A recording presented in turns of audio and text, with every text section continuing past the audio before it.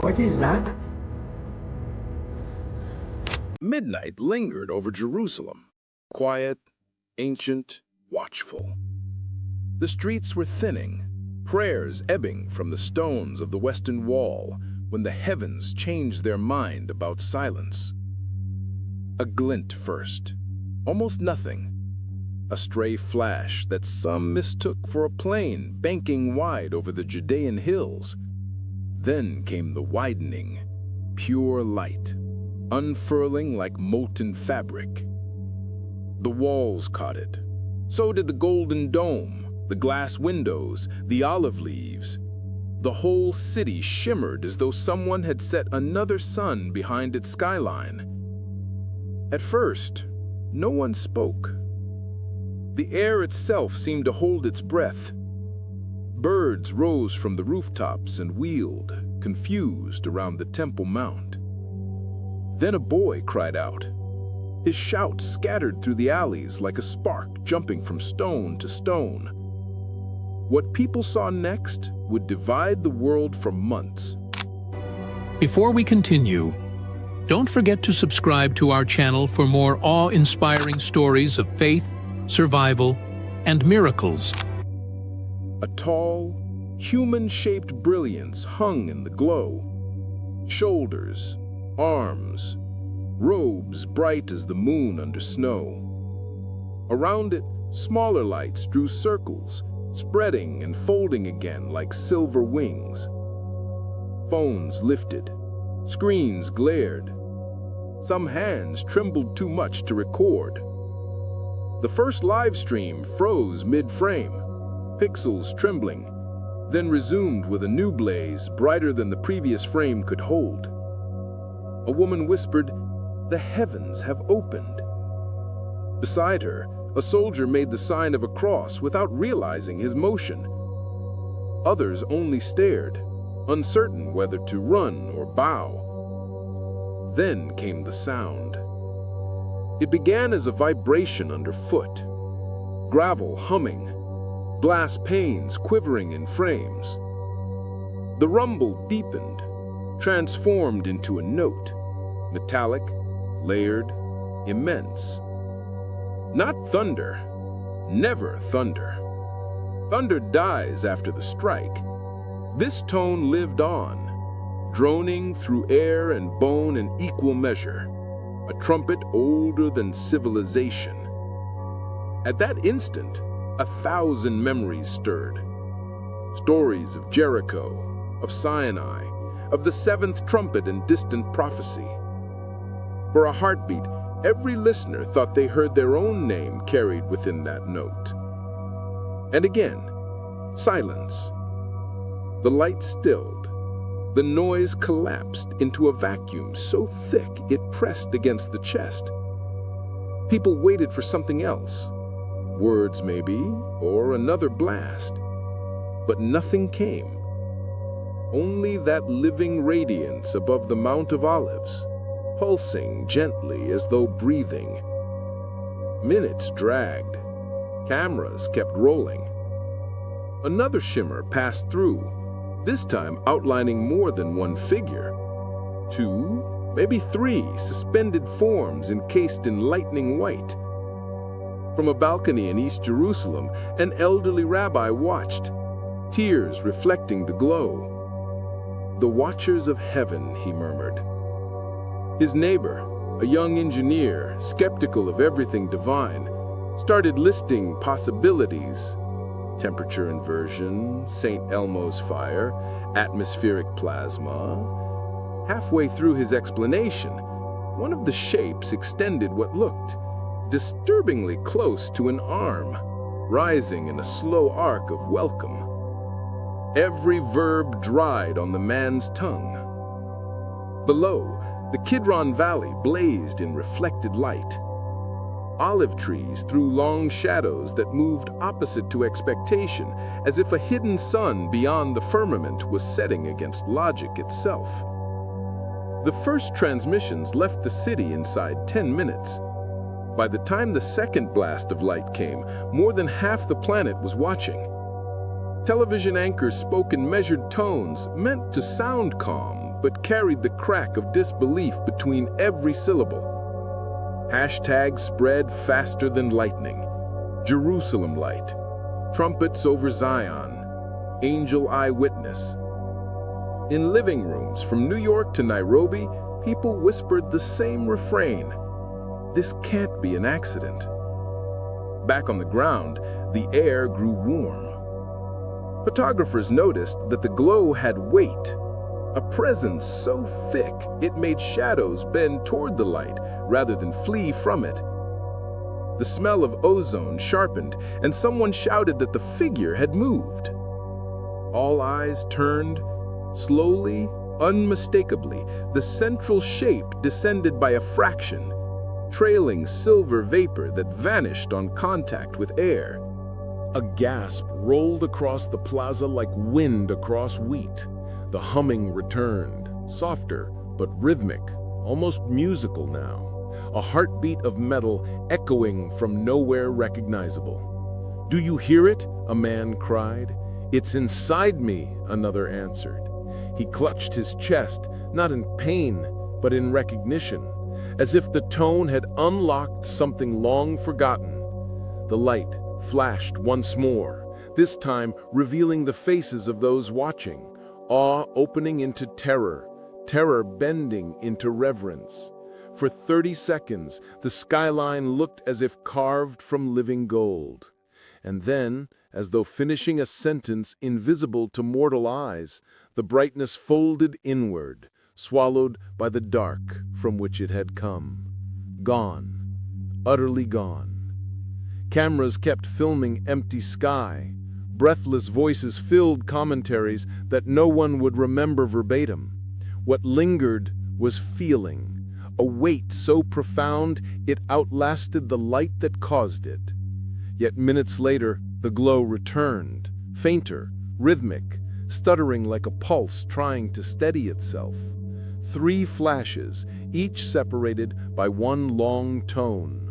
On the third, an unmistakable symbol appeared in the haze, a cross of pure radiance suspended over the city's eastern ridge.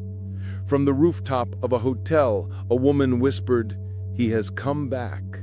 Reporters squinted, arguing over lens flare artifacts. Then the shape stretched higher, casting its reflection over the dome of the rock below.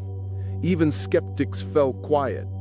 The symmetry was too perfect, the timing too impossible. By dawn, experts filled network screens. Meteorologists mentioned charged atmospheric layers. Physicists speculated about rare plasma glows. Religious scholars quoted prophecy after prophecy, each careful not to claim certainty, but unable to hide trembling voices.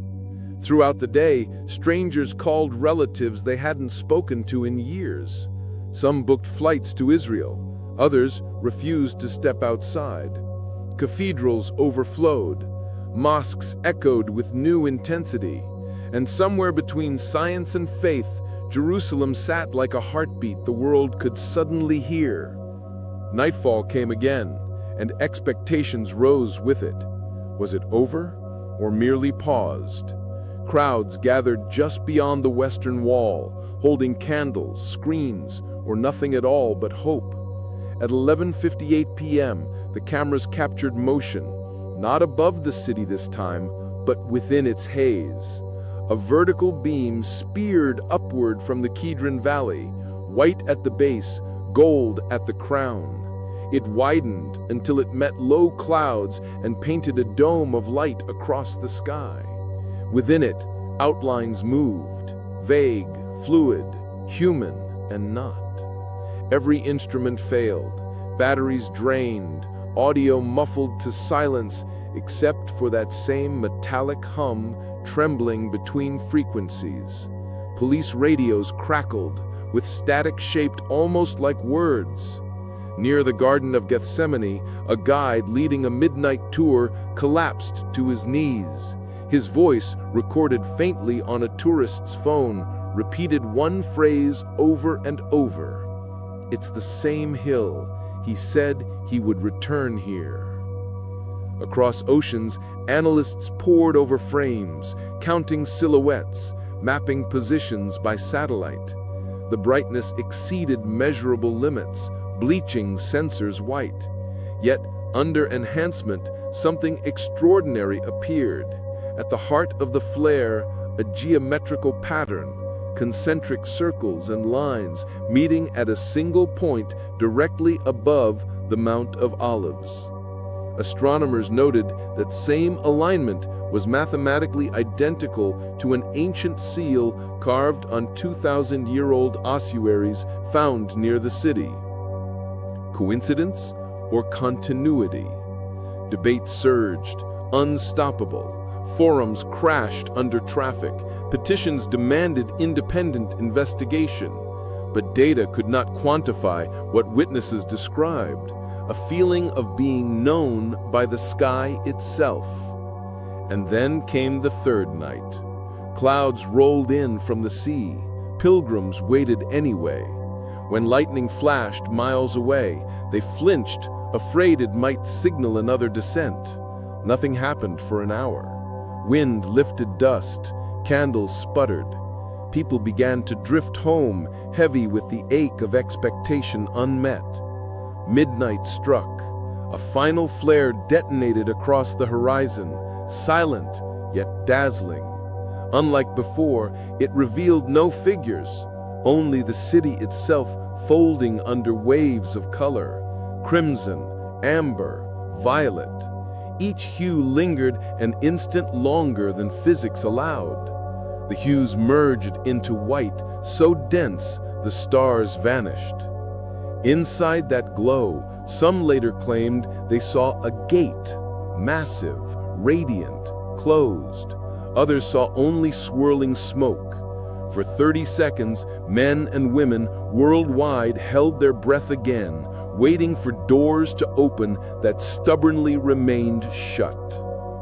And just as abruptly, darkness returned, complete, ordinary, almost cruel.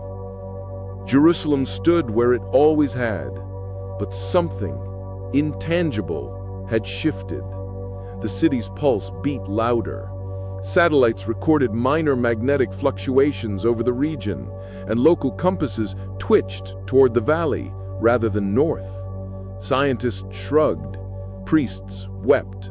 Pilots reported distorted radio waves shaped like vowels of a forgotten tongue. In the aftermath, investigators descended, journalists with neutral expressions hiding private fear. They measured scorch marks that weren't burnt, winds that had moved in opposite directions at once.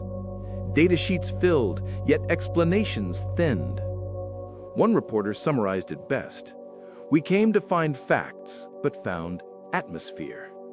Her hand, visible in B-roll footage, trembled as she gestured toward the sky. "It reacts," she said quietly, "like a living thing that remembers us." At the same moment, across the valley, a small group of monks prayed beneath olive branches. They recited the psalms that speak of mountains leaping like lambs and rivers clapping their hands.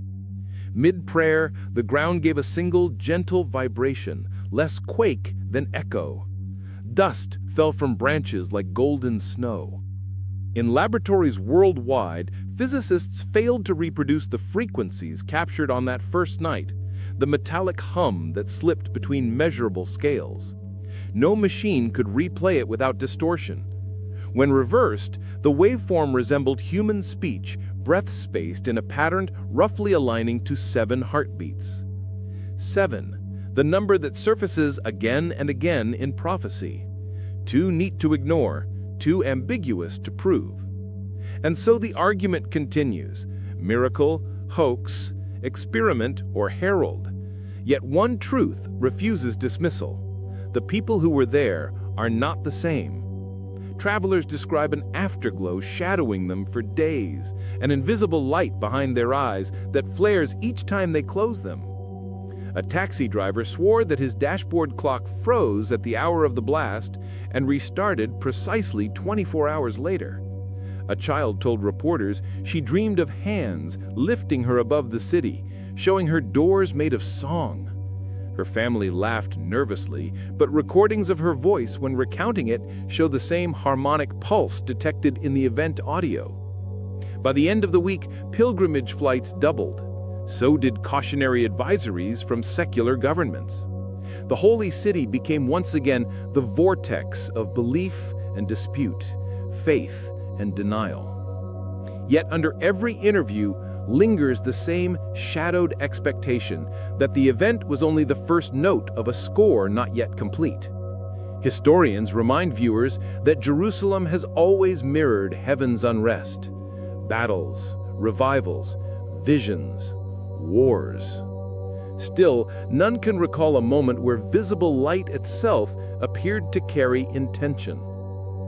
In basement editing rooms, teams slow the footage frame by frame.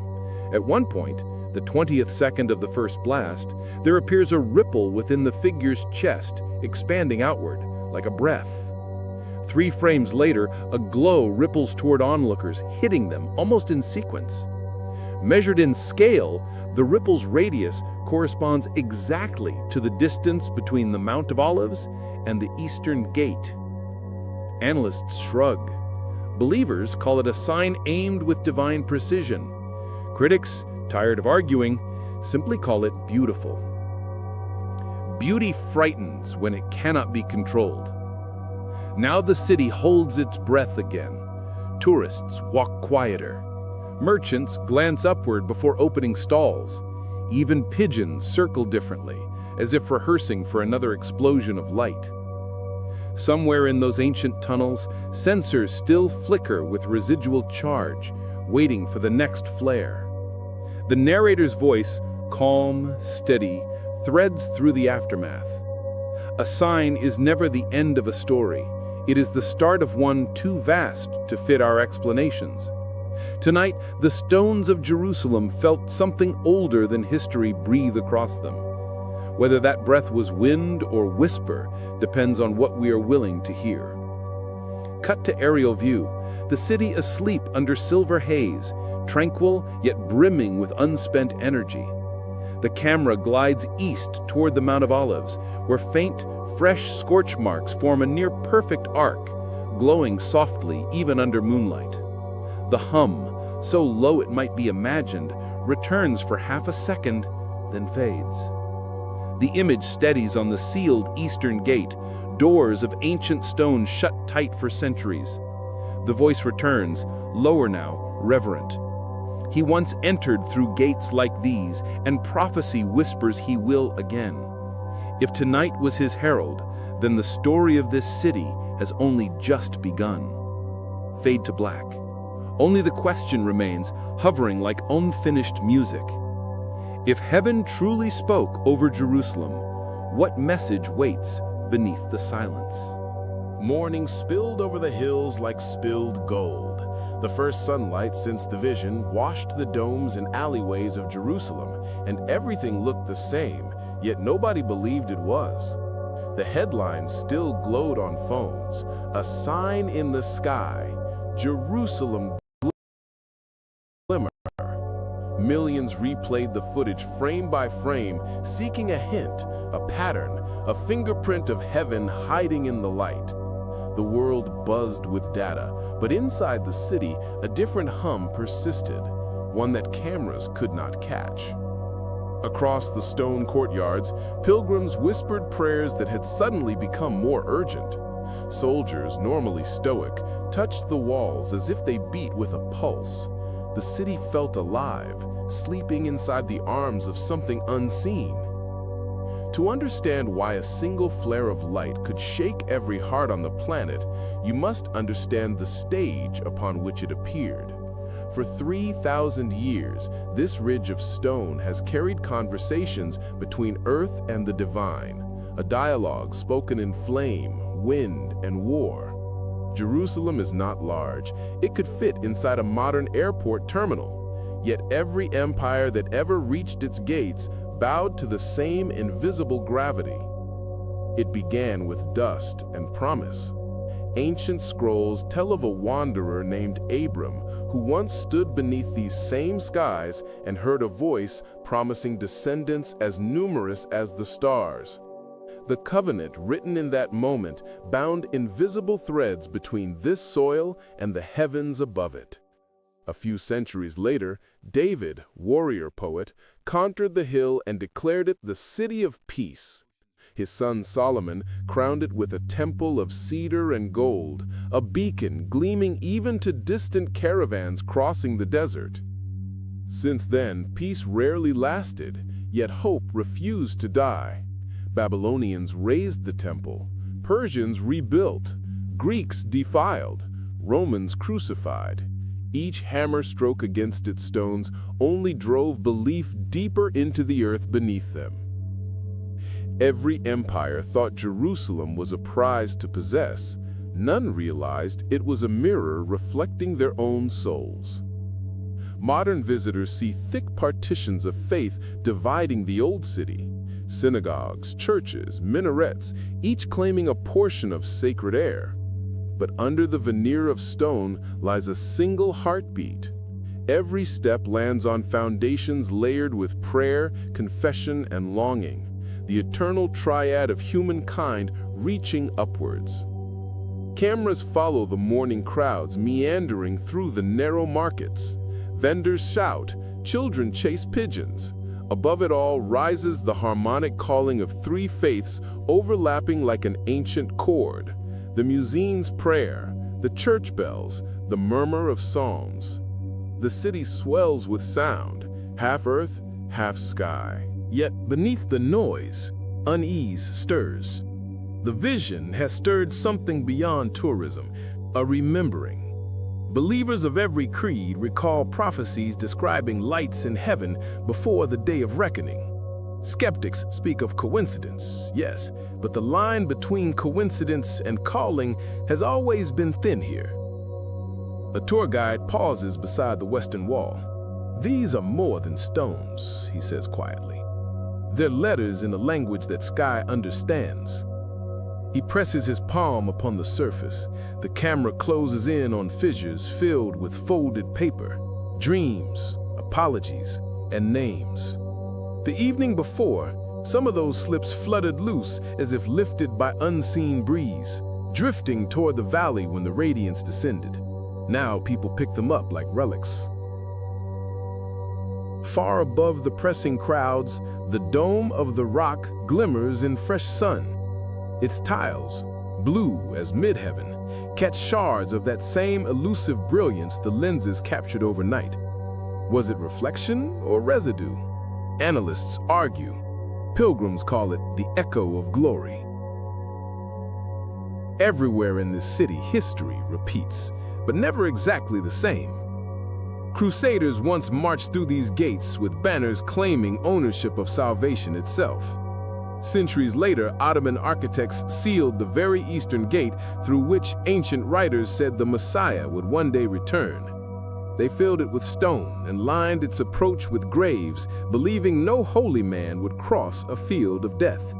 Yet last night, light itself ignored mortar and limestone, stretching precisely across that sealed threshold. Coincidence or rehearsal? The camera pans across the valley to lingering haze. Experts measure ions, magnetism, temperature differentials. In laboratories, they speak languages of graphs, yet somewhere between ordinates and error bars creeps the same whisper. Why Jerusalem again? To answer, we must remember this is the city of intersections. Not lines drawn on maps, but intersections between dimensions, where invisible touches visible, where prayer becomes vibration that rocks nations. Long before satellites circled above, prophets said the world's destiny would pivot on this hill. Archaeology calls that myth, but archaeology keeps digging, and myth keeps rising hand in hand with relics unearthed. A British archivist once described Jerusalem as a wound that glows. The phrase feels truer than ever, because every faith that loves her also bleeds over her. Yet the bleeding never empties the body. It only deepens its heartbeat. We move through the city with drone footage. Silver alleys, faded courtyards, domes gleaming like coins. The narrator continues. On most maps, Jerusalem sits halfway between the Dead Sea and the Mediterranean, halfway between salt and surf. But spiritually, it rests halfway between heaven and earth. That line divides no one and unites everyone. Jews recall that in this city, the Shekinah, the luminous presence, once hovered between the wings of cherubim inside the temple. Christians recall Jesus walking here, teaching peace, dying and rising within its stones.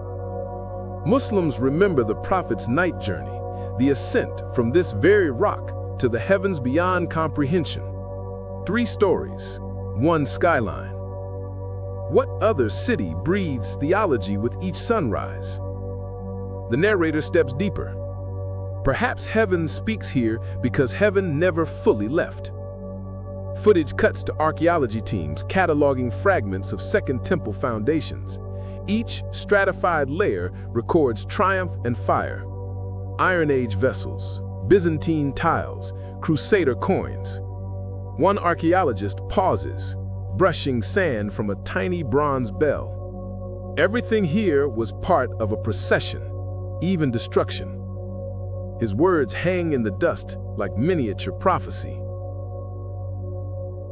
A microclimax swells as the soundtrack grows low. The camera zooms on the sealed eastern gate, sunlight glinting upon its time-worn block. A single bird lands atop, then another. Their shadows form across for precisely 3 seconds before breaking apart. Coincidence, maybe. Enough to silence conversation for a moment. And within that pause, creeps realization this gate is older than most countries. It has watched prophets cry, kings kneel, armies surround, and yet it stays closed. Perhaps because something waits on the other side. Crowds gather again toward evening, drawn not by scheduled liturgy, but by yearning. Teenagers with cameras, elders with canes, monks with rosaries, imams with prayer beads, each stands beneath the bruised sky, half hoping for repetition, half dreading it. Every cloud glows suspiciously, every flicker sends hearts racing. No second vision arrives that night, only echo, the hum of conversation rising into dark air. But eyes stay lifted longer than usual, as though goodwill alone might coax heaven to reply. Meanwhile, global networks broadcast retrospectives. Why Jerusalem matters. Map graphics trace its timeline faster than the human heartbeat. Scholars state facts. Elevation 760 meters, population nearly 1 million. Yet none of those numbers explain why the world trembled when light touched this skyline. Geography cannot define destiny. Because Jerusalem is not measured in acres, but in astonishment. Each visitor carries a different Jerusalem home, some of faith, others of friction. Yet both versions hum under the same cosmic frequency. The next morning, scientists meet theologians at an old cafe near Jaffa Gate. Steam from coffee cups mingles with ancient dust. They trade vocabulary, photon and miracle, wavelength and messenger, probability and prophecy. Words clash like flint until sparks of respect appear. One physicist sighs, "If you believe every equation is elegant because reality loves beauty, you are not far from prayer." They all fall quiet, realizing that's the closest they'll come to consensus. Outside, street musicians play an old melody on oud and violin. The tune meanders through scales reminiscent of both lament and celebration, fitting because Jerusalem always sings in both keys. Micro cliffhanger.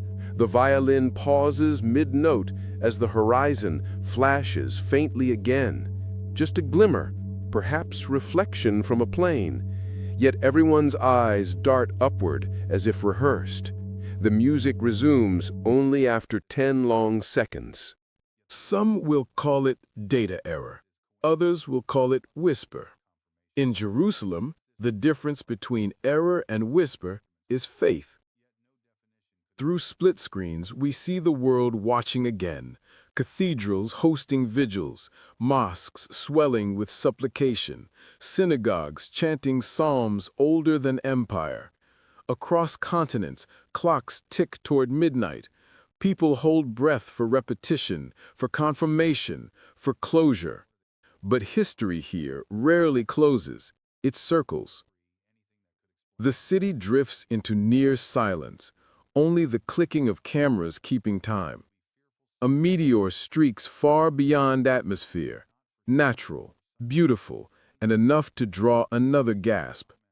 For a second, the sky glows, tricking everyone into hope. Then, darkness settles for real. Back inside studios, scientists debate whether charged particles lingering from solar storms might dance uniquely above Jerusalem due to geography. Their charts convince half their audience, terrify the other half. Even data has emotion now. Morning again. Bells ring slower. Prayers last longer. Above rooftops, doves trace their usual routes between towers. Balance returns, outwardly. But ask anyone living here, the air tastes different, sharper, filled with waiting. This is where Section 2 closes its circle. The narrator lowers voice to a near whisper. Jerusalem has survived fire, sword, empire, and doubt. Yet its greatest story may not be behind it, but hovering just beyond its walls. Last night, light bridged heaven and earth. Today the bridge stands invisible, but not gone. And perhaps, before long, something or someone will cross it. A final image drifts upward, dawn mist curling around the Mount of Olives, blending sky and soil until horizon disappears. For one suspended moment, the viewer cannot tell which direction is heaven and which is earth. Cut to black. A single heartbeat-like sound repeats twice, then silence. Dawn again, but quieter now. The fevered conversations of the night before have softened into murmurs. Yet a question hangs in the chill morning air like incense that will not dissipate. Was this written before it happened? Historians sift through memory, theologians through scripture. Across countless screens, one verse after another scrolls past, paraphrased into 1,000 tongues.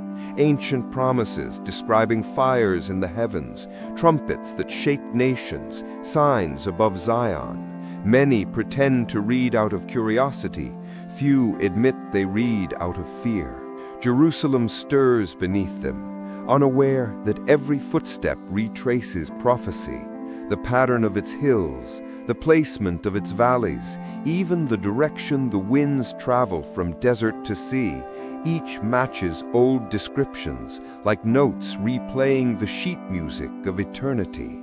Inside a dim library beneath the old city, an archivist rolls open a brittle parchment. The ink still breathes faintly blue.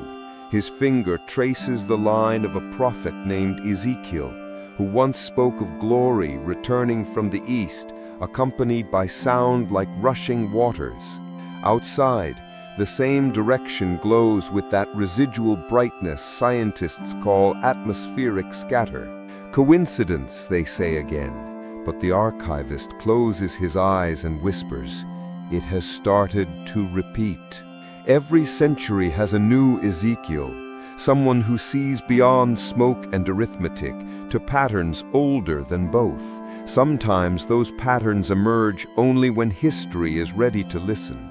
A scholar at the Hebrew University, voice raw from sleepless nights, tells a camera crew, "The prophets were not time travelers, they were translators. They took heavenly language and rendered it into something human hearts could bear. Metaphor, thunder, fire. Maybe we are finally fluent enough to understand what they meant." His statement becomes a headline within hours. Blogs criticize it as mysticism disguised as science, yet the thought refuses to die, because phrases that once sounded like poetry now read like eyewitness accounts. Wheels within wheels glowing with fire, columns of radiance over the mountain, the Son of Man coming with clouds. These do not feel like symbols when the sky itself performs them on live broadcast. It is as though time has folded, letting ancient vision bleed into modern day. The narrator speaks softly, each syllable reverent. Perhaps the prophets did not speak of the future. They spoke into it. Words that entered wind and waited there, circling over this valley until the appointed moment to return. As dusk approaches again, crowds begin reading aloud those ancient lines from rooftops, translating them into prayers rather than predictions.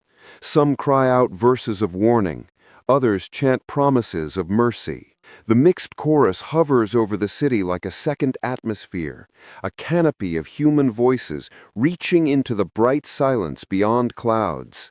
And somewhere within that chorus, a new resonance trembles. Low, harmonic, almost like a reply. The old city barely sleeps. Lanterns flicker behind monastery walls where monks read by candlelight. Radio towers glow red against the desert sky. Each corner of Jerusalem hums with scripture rediscovered. The discovery is not new text, but new light on old words. A scholar in a narrow stone office turns another brittle page. Isaiah, he murmurs, the name echoing softly against plaster. The people that walked in darkness have seen a great light. He looks through the window to the very hills where that light had unfolded. His breath leaves in a tremor, scripture and sight collapsing into one image.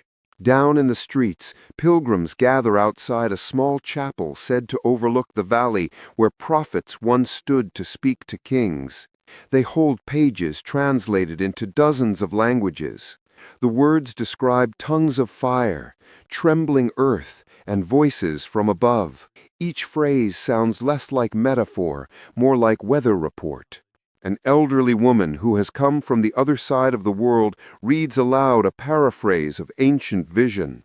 "The mountain shall split in the midst thereof, and the Lord shall stand upon it."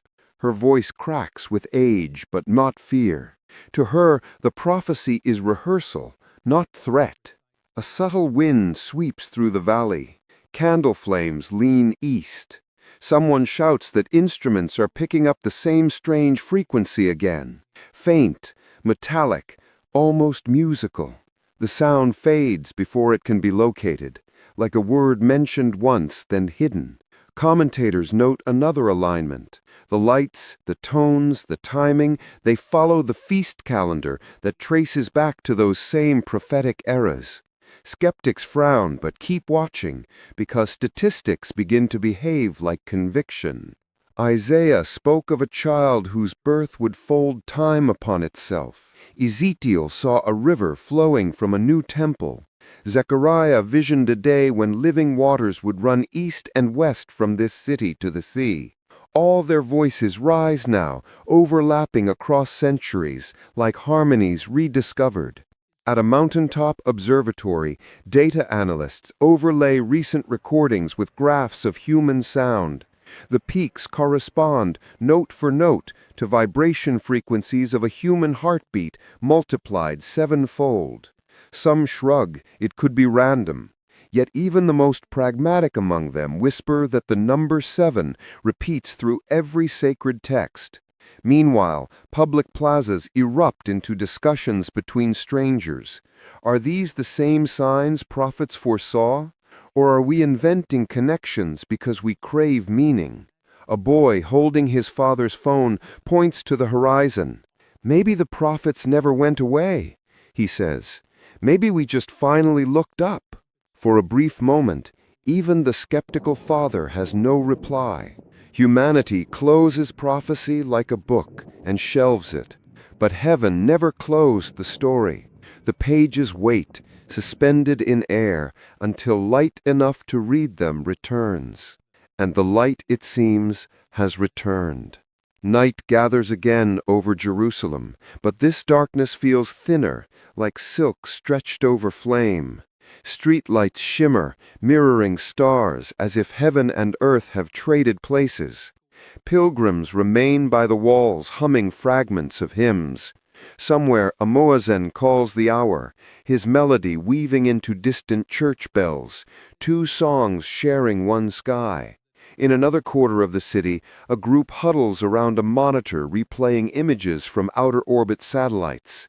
They track shapes of weather fronts, streaks of light, sudden flares above the valley. One technician nervously jokes, if Revelation were a documentary, this would be the trailer. His sentence breaks under thunderless libration, as the ground murmurs again. Soft, continuous, like the distant surf. Instruments register nothing.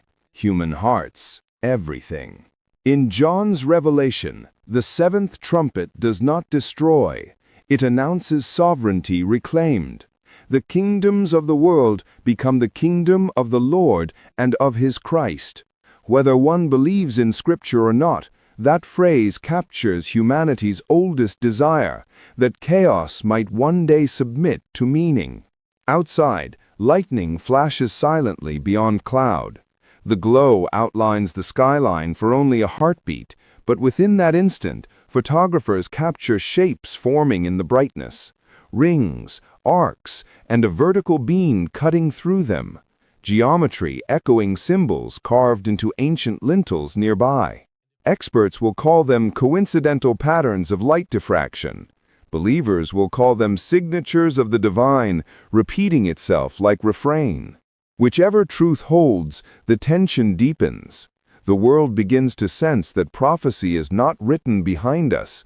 It is unfolding beneath our feet. Midnight again, third in the pattern. Wind snakes through olive trees. Lanterns tremble in the courtyards of nearby monasteries. A murmur rises from crowds unwilling to leave the holy ground. Reporters whisper their closing lines, but their voices quiver as if expecting interruption from the heavens at any second. In an upper chamber overlooking the valley, a group of theologians gather. On the table between them lies a weathered scroll, Zechariah's vision, inked in precise hand. A priest reads softly, "A day shall come when the Lord will stand upon the Mount of Olives, and the mount shall cleave in two." His tone carries neither dread nor triumph, only wonder that the verse and the view outside share the same horizon. He pauses, then adds, "The prophet also spoke of living waters, half flowing east to the Dead Sea, half west to the Great Sea. Restoration, not ruin." He lifts his gaze toward the darkness where the recent lights had burned. The same ridgelines shimmer faintly, though no source accounts for the glow. Down in the valley, archaeologists continue their nocturnal digs. Among shards of pottery, they uncover a slab etched with concentric circles divided by a cross-shaped mark. One of them laughs nervously. "Looks like geometry of prophecy." A historian frowns. She has seen that pattern in mosaics decorating early Christian catacombs, symbol both of portal and promise. From Ezekiel to Zechariah, from Isaiah to Revelation, the thread remains unbroken. A city where heaven establishes a point of return. The prophets did not write separate stories.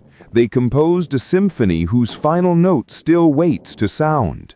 Musicians at a nearby pilgrimage camp strum quiet chords, mimicking the metallic tone once heard in the sky. The resonance spreads through the valley, imperfect yet hauntingly close to the original frequency. Listeners cry, not from fear now, but from recognition. The melody feels ancient, familial. As the music drifts upward, clouds above the eastern gate part for a moment, revealing a single beam of moonlight. It rests exactly upon the sealed arch before fading back into mist. Cameras falter to focus. Eyes widen. The light lasts only seconds, but the gesture is unmistakable, like a cursor blinking at the end of a sentence not yet typed. Scholars reviewing footage call it natural coincidence of lunar reflection, yet one points out that the beam aligned perfectly with Zechariah's Valley of Decision. Probability answers with silence. If prophecy is a script written by heaven, perhaps the scene has shifted. The next setting waits behind stone we call the Eastern Gate. The night's last echo fades, leaving Jerusalem suspended in a strange heartbeat silence. Morning sunlight touches the ramparts one stone at a time until the city glows again with ordinary light. But near the Temple Mount, crowds already gather before the gate that refuses to open. Two arches side by side, half buried in centuries of dust. Massive stones interlocked like folded arms. Mortar gray, edges rounded by time, yet the aura around it feels alive. Call it superstition or reverence, the closer one stands, the sharper the air becomes. Guides inform visitors that this, the Eastern Gate, sometimes named the Gate of Mercy, was sealed long ago. Its surface bears the touch of conquest itself. Byzantine repairs, Ottoman reinforcements, bullet scars from 1967. Some say Solomon's Gate once stood here. Others claim the Crusaders rebuilt it on older foundations. Names change, but the myth beneath remains constant. One day the gate will open, not by chisel or cannon, but by divine command. Each civilization that ruled Jerusalem built, destroyed, or rebuilt this portal. Each feared it. None understood the fear's origin, the promise that through this threshold heaven will return to earth. Historians trace the seal to the 16th century. Sultan Suleiman the Magnificent commanded it closed after hearing whispers of an anointed king destined to enter there. To thwart prophecy, he filled the archways with stone and placed a Muslim cemetery before them, reasoning that no holy man would defile himself by crossing graves. Yet centuries later, flowers still bloom among the tombs, and doves roost quietly over the arches as if guarding secrets of the light. A modern construction engineer gestures at a faint vibration on monitoring instruments. The wall hums, he murmurs, low, constant. Mechanical it's not, but measurable. Others dismiss it as traffic tremor, but the readings occur only at dawn and dusk, the hours between worlds. Inside nearby tunnels, archaeologists discover stones older than any Ottoman layer. Their chiseling angles match those used in Solomon's period. Stamped into one block, faint symbols forming a circle around a line. The pattern mirrors markings seen in the valley's late-night photographs. Coincidence? Maybe. Enough to reopen debate. Pilgrims come by the hundreds. Some press prayers through cracks. Others photograph lintels worn smooth by centuries of reaching hands. Priests chant psalms describing gates lifting their heads. Children stare at the sealed arch and ask why doors to heaven stay locked. Parents have no answer, only silence wrapped in awe. Stone is stubborn, but faith is patient. No army has stormed these gates for half a millennium, and yet they are besieged daily by expectation. Wind passes through the cemetery, White cloths on graves ripple like signals. For a breath, the air smells faintly of rain, though the sky is cloudless. Someone whispers that rain often marks visitation in Scripture. Heads tilt upward instinctively. Nothing falls yet. Afternoon heat gathers over the Mount of Olives.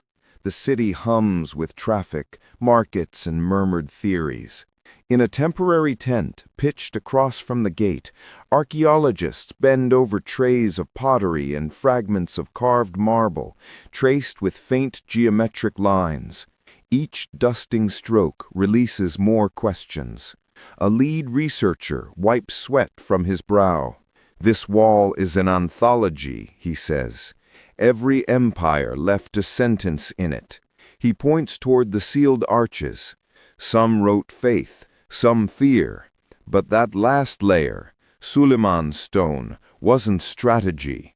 It was superstition. 5 centuries ago, a sultan heard rumors that a Jewish deliverer would enter the city through this eastern approach.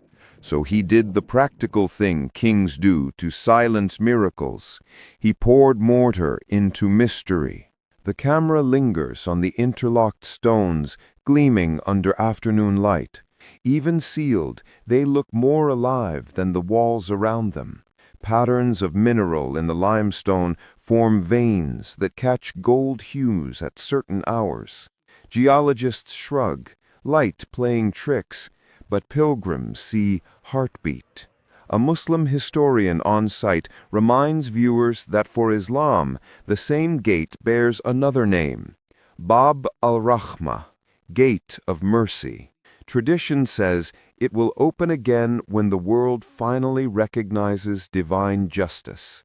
Different language, he says, but the same hope. Across town, a rabbi and a priest share tea while watching live drone feeds of the wall. Their conversation reveals both irony and reverence. Perhaps closure was part of the design, the priest muses. An unopened door keeps everyone looking toward it. The rabbi nods. Expectation itself may be the prophecy. Jerusalem's gate is less an object than a mirror. What we see sealed before us may in truth reflect the places sealed within us. An anomaly flashes on a researcher's tablet. Thermal imaging showing a narrow vertical line slightly cooler than surrounding stone, tracing the shape of a doorway hidden inside the seal. The reading lasts seconds, then fades. The engineer whispers, "It breathes." The footage goes viral that night. Crowds return. Television lights bathed the cemetery, mingling with candle flame. Microphones, chants, applause, all rising over a wall that refuses to respond. Yet the more people gather, the heavier the anticipation becomes, as if weight itself measures faith. A young reporter summarizes on camera. "It's remarkable. Centuries of theology condensed into 6 meters of stone, and somehow those stones feel aware of the attention. Awareness. It is the word pilgrims use when stone begins to listen. Beneath the surface, seismographs hum quietly. The data show gentle, rhythmic vibrations exactly matching the times of morning and evening prayer. No cause, no trucks, no wind, no tremor, only rhythm, as though devotion itself strikes the chords hidden in limestone. By nightfall, the rumor spreads, the gate resonates when prayers converge. Skeptics roll their eyes, still they lean closer, listening. The sealed threshold has become a loud silence, calling everyone to wonder what it is waiting for. Night slides across the old city like ink pouring down parchment. The eastern gate, now illuminated by floodlights, glows pale against a field of darkness. Tourists finally disperse, but hushed groups remain along the wall's edge. A monk kneels beside a rabbi, a Muslim family beside a Christian tour group. They don't speak the same language, yet their eyes fix on the same door. This wall has become the meeting point of stories that once opposed each other. Every tradition sketches its own map of redemption, yet every arrow eventually points here. For the Jewish heart, the sealed gate is the threshold of the Messiah's arrival. Each morning during prayer, thousands still face eastward, whispering for the city's restoration. The hope is not architecture, but covenant, God returning to dwell among His people. For Christians, it carries another shadow of meaning. Many believe the Messiah has already passed through once, entered the city humbly, and will return in glory along the same path. The sealed arch thus becomes both memorial and promise. What was fulfilled will be fulfilled again. To Islam, the portal has a title of its own, Bab el-Rahmah, Gate of Mercy. Tradition links it to divine judgment tempered by compassion. When the final day dawns, say the Hadith, angels will stand upon its battlements and call humankind to account. Until then, mercy keeps it closed. Three faces of a single mystery: expectation, remembrance, mercy, all scraped into the same limestone, speaking three languages, humming one name. Electronic sensors embedded just a week before show faint periodic surges occurring simultaneously during major prayer hours: dawn, noon, sunset, whatever the faith. Engineers concede the coincidence, but cannot locate a physical source. Headlines the next day call it the pulse of prayer. News segments cut between scholars, clerics, and cynics. A philosopher smiles at the camera. Perhaps the gate waits for unity, not one creed's triumph. His words ignite another wave of debates. Can prophecy accommodate everyone? Late night, wind rises from the desert and strikes the walls. The sound catches microphones like a sigh. For a heartbeat, it resembles the deep metallic voice first heard in the skies, softer now, almost domestic, as if the gate itself murmurs in reply. No structure should bear this much symbolism. Yet for reasons beyond logic, stone that hums, air that thickens, lights that align, this gate refuses anonymity. It insists on participation in a story older than history itself. Pilgrims kneel again. A thundercloud edges the horizon, but never crosses city bounds. A single flash of sheet lightning draws a horizontal line exactly along the wall. Cameras catch it. Commentators trace the frame and whisper that it looks like a hinge written in light. The storm retreats. The gate remains sealed. But anticipation has reached critical mass. The city feels ready for revelation. Before dawn, the winds rise again, colder, purposeful. The gate stands half hidden in mist, pale like bone beneath gauze. City police step aside as scientists mount new scanners.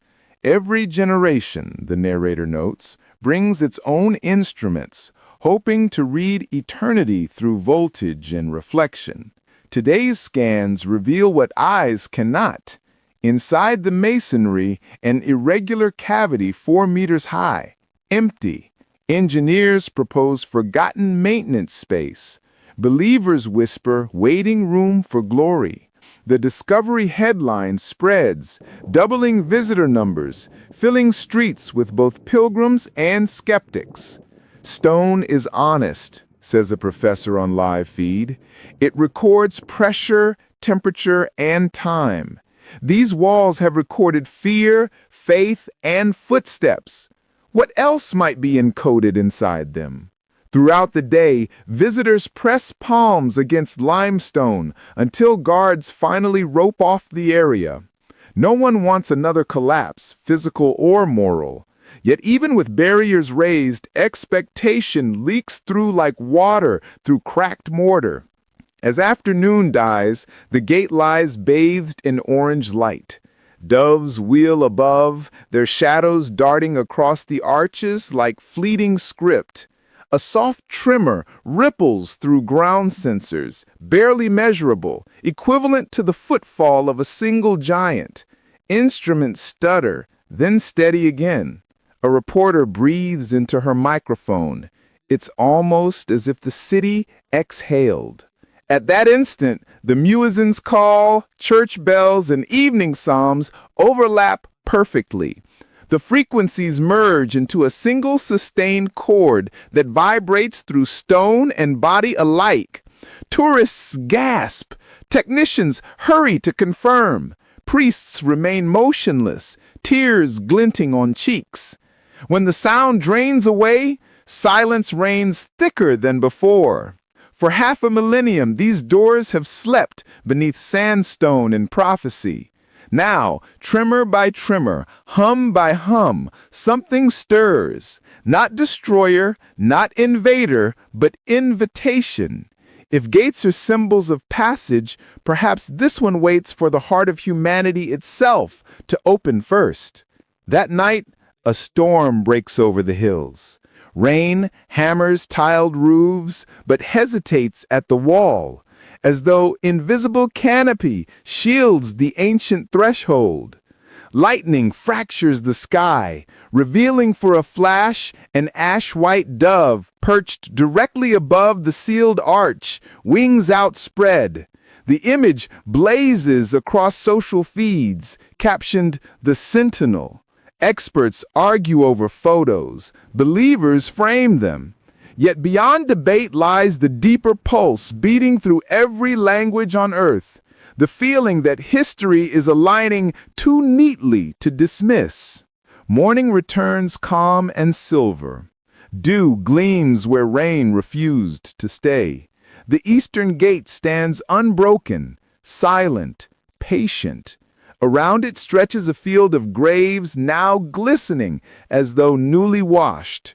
A single inscription on an ancient headstone catches the camera's focus. Mercy shall walk here.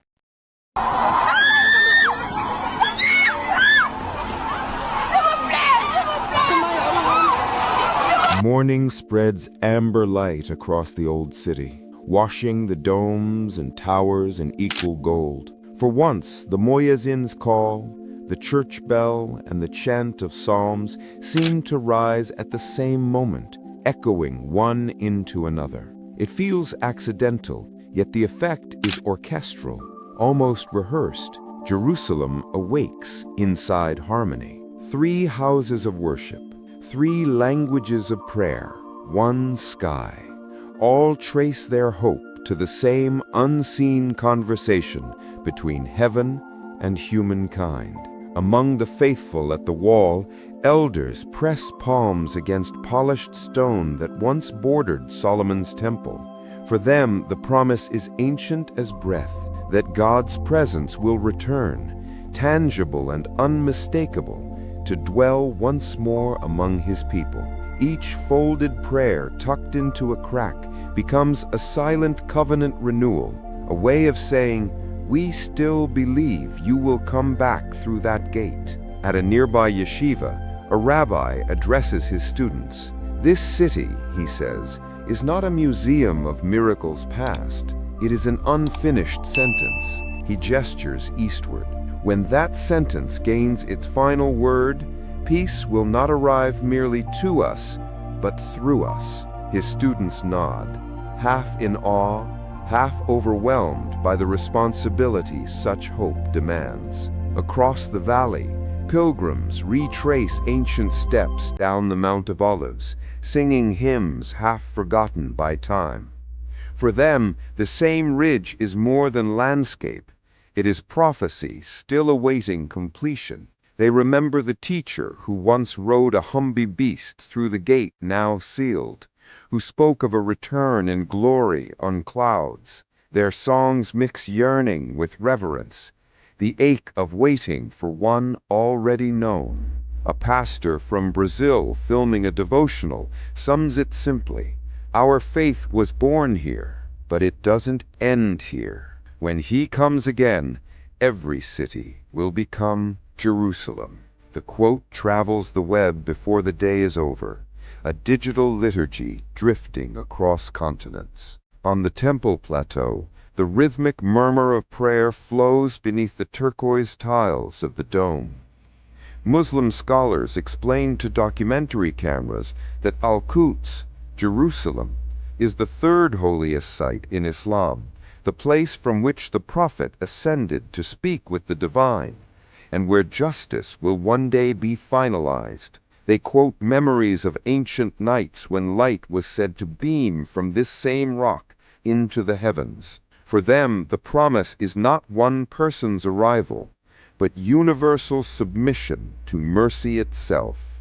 Different scriptures, different names, yet all expect light to descend, sound to speak, and stone to open. When hopes share a destination, collision or communion becomes inevitable. Afternoon approaches. Sunlight slides into narrow alleys like molten copper. The city hums with tradesmen, pilgrims, guards, an orchestra of devotion and survival. The narrator's voice steadies the rhythm. Jerusalem's glory has always been equal to her grief. Where prophecy gathers, so do ambition and fear. The camera sweeps across ruined stones half hidden beneath modern streets. Every layer reveals conquest stacked over reverence. Babylonians once burned this city to ash. Romans renamed it. Crusaders drenched it in both hymn and blood. Through it all, three faiths clung to the same promise while disagreeing over its interpretation.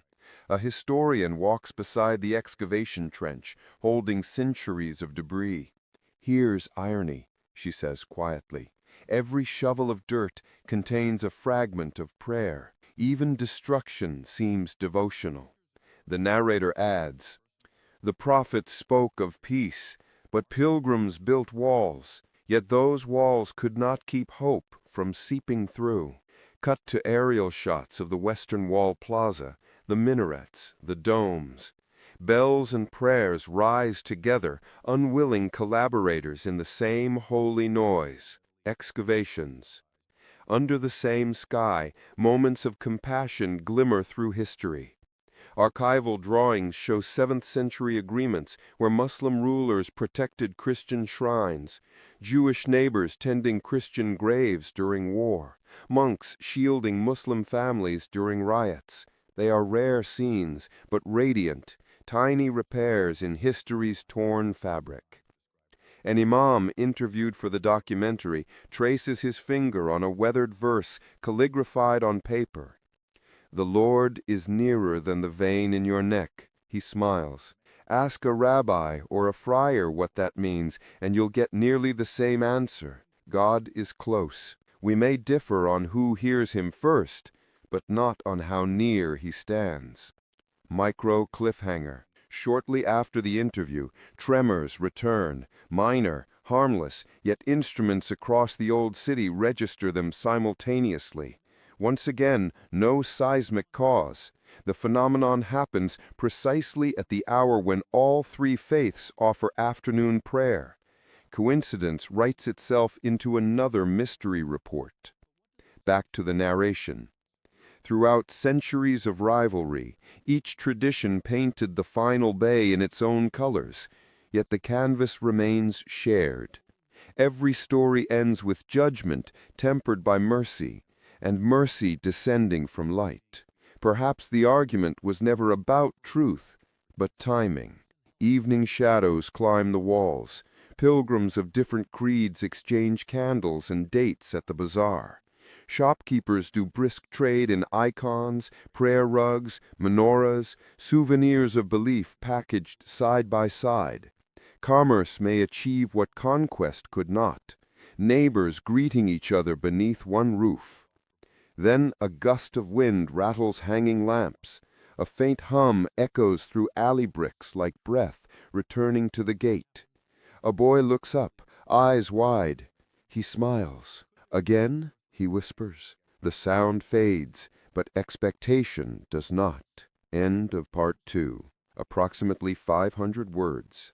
Next, Part 3 will explore present-day cooperation and growing sense of one unfolding prophecy shared subconsciously by all faiths, leading to an emotional crescendo. Section 5. Three Faiths, One Promise. Part 3 of 4. approximately 500 words, continuing the same apocalyptic documentary style, showing present-day attempts at unity and the mysterious signs linking them all. Night descends gently, a velvet shawl over domes and towers. The city that never entirely sleeps hums again, half prayer, half anticipation. Street vendors extinguish fires, their smoke spirals upward like incense, adding its own plea to the stars. The narrator returns, his tone lower, measured. Perhaps humanity needed the language of technology before it could hear the language of heaven. Cameras, satellites, live streams, each accidentally becoming a modern scripture scroll, spreading visions faster than faith ever could. Signs of cooperation. At a new interfaith center on Mount Zion, representatives from all three religions gather under a canvas stamped with the words, "Peace is the strongest proof." A rabbi recites ancient blessings, a priest answers with a psalm. An imam closes his eyes and recites verses about light guiding the righteous. The combinations feel improvised, yet natural. Three voices sharing one breath. Outside, reporters expect political speeches, but witness instead quiet confession. A nun admits that she came skeptical. But standing here, she says to the camera, I feel the same shiver that ran through me when I watched those lights. Maybe God does this when He's trying to get all of us to listen at once. Applause ripples through the crowd. The sound travels down the valley. Sensors at the eastern gate register another faint vibration. The reading is the smallest yet most perfect of the entire sequence, steady, rhythmic, timed to the applause. Technicians laugh nervously. Is the wall clapping with us? One jokes. Nobody answers. A shared dream. The narrator continues. Throughout the world, after the light over Jerusalem, reports emerged of identical dreams, a white city, open gates, rivers of mirror-bright water. Different faiths, same imagery. Psychologists call it collective resonance. Believers call it invitation. A montage follows. Testimonies from families in Istanbul, Sao Paulo, Johannesburg, Seoul. One by one they describe the same dreamscape, always ending with a voice saying a single word, peace, no language barrier, no translation needed. The Internet names it the global vision. A theologian-scientist hybrid interviewed later remarks, if consciousness ever aligns worldwide, perhaps it won't begin with politics, but with wonder. During another monitoring session, a beam of reflected sunlight pierces the gate's masonry precisely at sunset, an impossible angle caught on 4 different cameras. Its reflection stretches toward the Mount of Olives like a narrow path of fire. Then it fades, leaving the stones wet with nothing but ordinary light. 3 faiths now watch the same horizon. Each calls the approaching dawn by a different name, yet all lean forward as though hearing the same footstep just beyond time. Silence gathers. Bells answer the final call to prayer. The camera lingers on overlapping shadows. Minarets beside crosses, beside the 7-branched lamp, projected against the same wall, glowing under moonlight. Dawn. A chill wind glides over the hills, carrying with it a scent of rain, though no clouds are visible. The city wakes to the low murmur of prayer, whispered in every tongue across its quarters. Shoemakers, gardeners, students, nuns, guards. Each pauses just long enough to look east. Expectation has become a reflex. The narrator threads over the soft drone of morning. There are seasons in history when differences fade, not because they are solved, but because something greater insists on being seen. News outposts replay the previous evening's miracle of light, counting frame by frame the seconds when the beam seemed to stretch between the gate and the Mount of Olives. 2 points, one promise. Debates ignite again, yet even the harshest skeptics speak quietly, as though words themselves might disturb the fragile truce forming in the air. Across cafes, the conversations shift from whose sign to what for. An elderly scholar smiles into his teacup. He says, "Perhaps the author doesn't sign his work like we do. Perhaps he signs it in languages we must learn together." At midday, religious leaders convene at the governor's house, terrace overlooking the valley. Cameras roll, but capture mostly silence, faces lifted toward the same horizon. The rabbi begins a blessing for peace. The patriarch answers, "Amen." The mufti nods, whispering assent. The crowd doesn't cheer, it exhales. In that long, fragile breath lies centuries of struggle briefly released. Sensors still blink along the wall, recording low pulses invisible to the gathered crowd. The data pattern mirrors the rhythm of a human heartbeat multiplied across thousands, as if the city itself has joined its people in prayer. When hearts beat in unison, they create more than sound. They create field. Scientists measure it in magnetism. Scripture measures it in faith. Suddenly, bells ring out of schedule. Every tower joins without cue. The muezzin's drawn-out note threads perfectly through them. The vibration rolls down the valley and up into the hills. Windows tremble. Every compass within a mile twitches briefly east, then a hush, brief and absolute. Inside that silence a low resonance blooms again, the same metallic tone, softer, deeper, steady. It lasts 10 seconds, then it stops. Nothing else moves. Birds resume flight a heartbeat later, as if on command. Crowds stare at the sky. Nothing new appears. Only that strange awareness remains, that something vast just listened, maybe answered, and withdrew. The narrator's final lines of the section fall like slow bell strokes. This is how promises mature, first in separation, then in sound, finally in silence. 3 faiths anchored in one city, 3 languages telling one prophecy. Perhaps the harmony has begun, so gentle we almost miss it. The gate is quiet now, though instruments still whisper beneath the stone, drawing their own pulse above the city. Jerusalem seems to rest, but rest here has never meant peace. The walls have barely cooled before memory reignites. History here burns in recurring flames. The narrator's tone grows darker, reverent. There are years when this city is a candle, and years when it is the flame itself. When war devours nations, some cities fall into silence. Jerusalem sings louder. Arrows once streaked across these same skies. Babylon's armies razed the first temple, confident their gods had triumphed. Centuries later, Rome besieged the ridge again, its engines hurling stones heavy as hope. Still, out of dust rose faith. Each invader wrote his name on parchment of ruin. Each name faded. The city remained. Medieval chroniclers recall phantom riders seen on distant ridges during the Crusader onslaught, shapes glinting in midday sun and vanishing before swords could clash. Muslim observers told of silver vapors wrapping the walls at dusk, frustrating every pursuit. The accounts disagree on cause, but converge on wonder. Modern reels spin to 1948.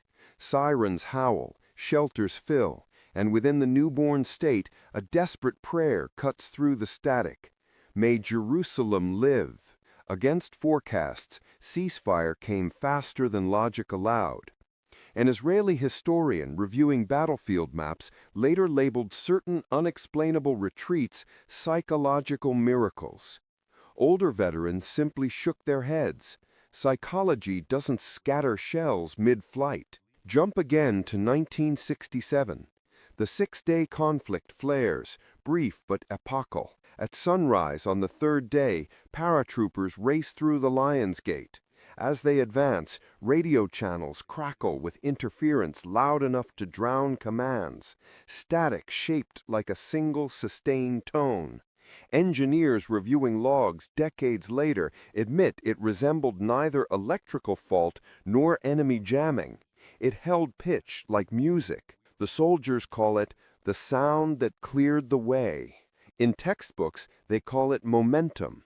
In men's hearts, they call it mercy. After regaining the Western Wall, soldiers press their foreheads to ancient stone. Cameras capture tears cutting through ash. None notice the rainbow forming in cannon smoke above them. No rain in the sky, yet a full arc stretching east to west, vanishing as the final shots end. But war and wonder rarely remain contained.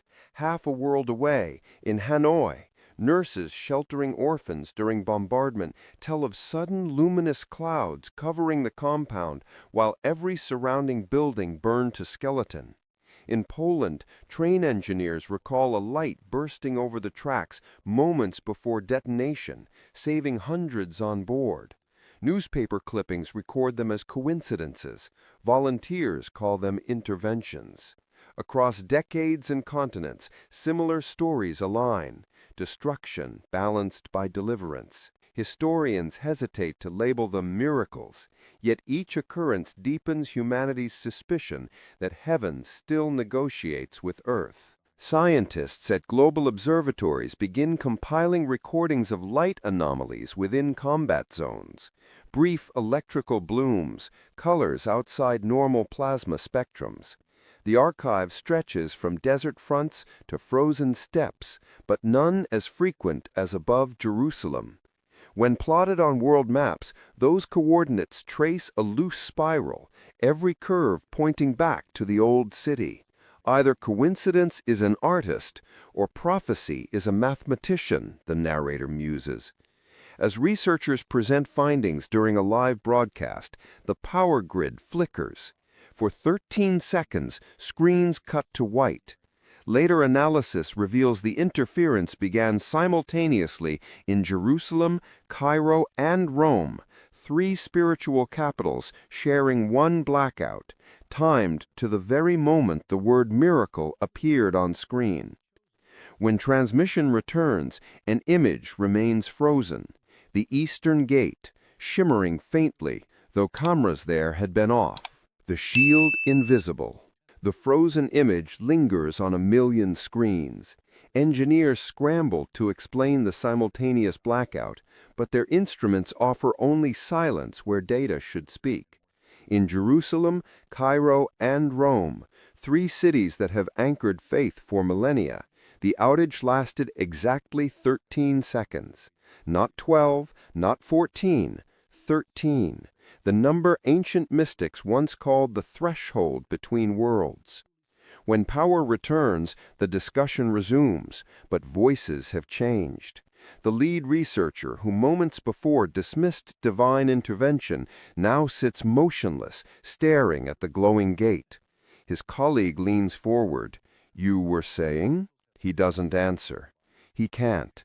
Because in those 13 seconds of darkness, something shifted inside him. A recognition deeper than logic, older than doubt. The narrator's voice returns, steady but weighted. There are moments when the veil grows thin enough to see through, not with eyes, but with the sudden jarring certainty that we are not alone, that we have never been alone. Within hours, networks worldwide begin compiling first-person accounts. A grandmother in Buenos Aires recalls her father's story. During the Falklands conflict, a blinding fog descended over his patrol boat, seconds before enemy fire. The shells missed by meters. When the fog lifted, no weather system explained it. A pilot in Seoul, Korea, describes an incident from the Korean War, archive footage declassified only last year. His squadron, outnumbered and out of fuel, saw what instruments called severe magnetic interference. Enemy radar went blind. His unit landed safely. Meteorologists reviewing the tapes found no atmospheric cause. The magnetic disturbance appeared, served its purpose, and vanished. In Nairobi, a nurse who survived the 1998 embassy bombing speaks quietly to a camera. She'd been standing in the blast radius. Everyone around her died. She walked away with scratches. "I felt hands," she whispers, touching her shoulders. Hands that weren't there, pulling me backward just before the explosion. "I've spent 20 years trying to convince myself I imagined it." She pauses, tears forming. "But I didn't imagine it, did I?" The montage cuts between faces, continents, decades, yet every story hums the same note. Deliverance when logic forecasted death. A statistician hired by a skeptical network runs probability models. The odds of so many coincidental survivals clustering around conflict zones near holy sites? Astronomical. He presents his findings on air, concluding either the universe has a preference for the faithful, or something, someone, does. The anchor, visibly unsettled, ends the segment early. The mathematics of mercy. Back in the research center, analysts overlay maps of reported miracles across the past century. The coordinates form a pattern, subtle at first, then undeniable. Every major unexplainable event recorded within combat zones traces a spiral, and at the spiral's center, Jerusalem. One cartographer zooms in, measuring distances. She says, "The intervals aren't random. They're proportional. Each occurrence is roughly 7 times farther from the last." 7 again, the number that saturates prophecy, ritual, and cosmic order. 7 days of creation, 7 seals, 7 trumpets, 7 spirits before the throne. The narrator muses. Coincidence is the language skeptics use when patterns refuse to stay silent. But when the pattern repeats across centuries, continents, and cultures, perhaps we are reading a signature written in light and time. Suddenly, alarms sound. Instruments detecting electromagnetic frequencies spike. The same tone, the metallic hum first heard over Jerusalem, pulses through speakers worldwide. It isn't loud, but it's everywhere. London, Tokyo, Sao Paulo, Johannesburg. Radio stations cut to static, shaped like rhythm. For 90 seconds, the globe hums in unison. Then, silence. The second trumpet.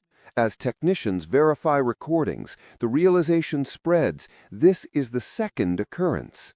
The first trumpet sounded over Jerusalem during the initial light.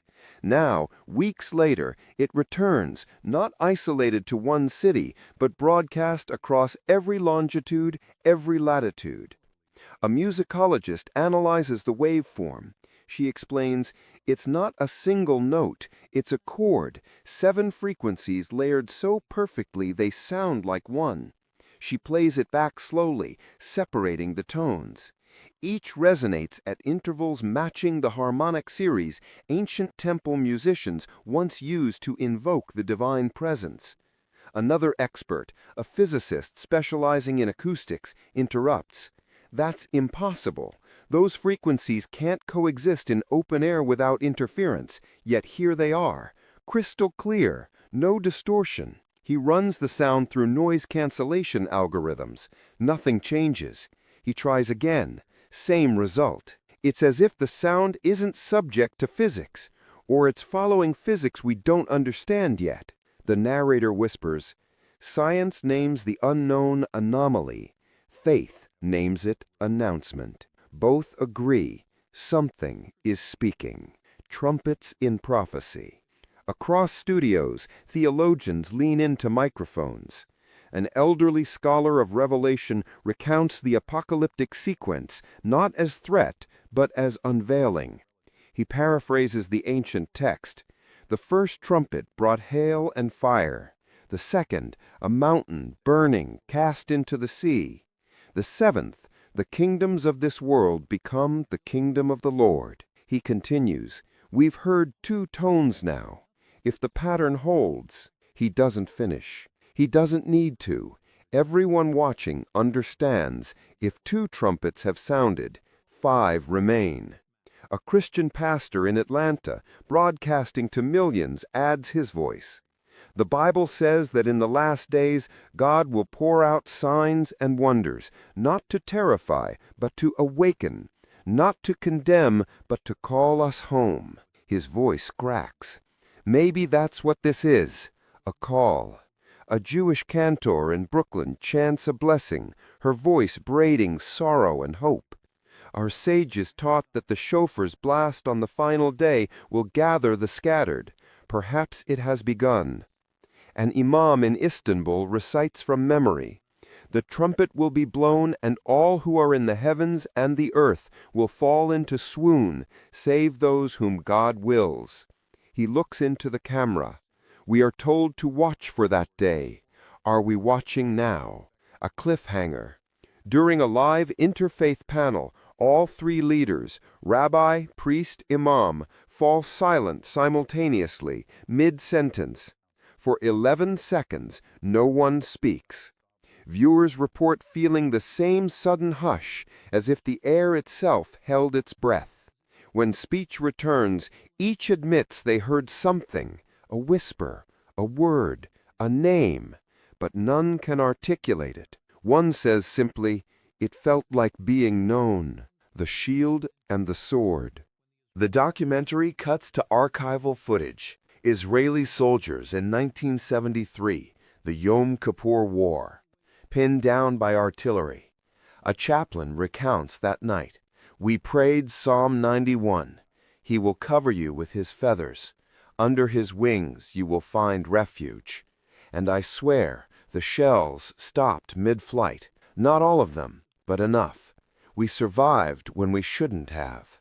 An officer reviewing the battle maps years later noted unexplained gaps in enemy fire patterns. Statistically random, the report concluded. The soldiers knew better. Another clip, Beirut, 2006. A building collapses under bombardment. Rescue teams find a family alive in a pocket of rubble shaped impossibly, an air gap that defied structural logic.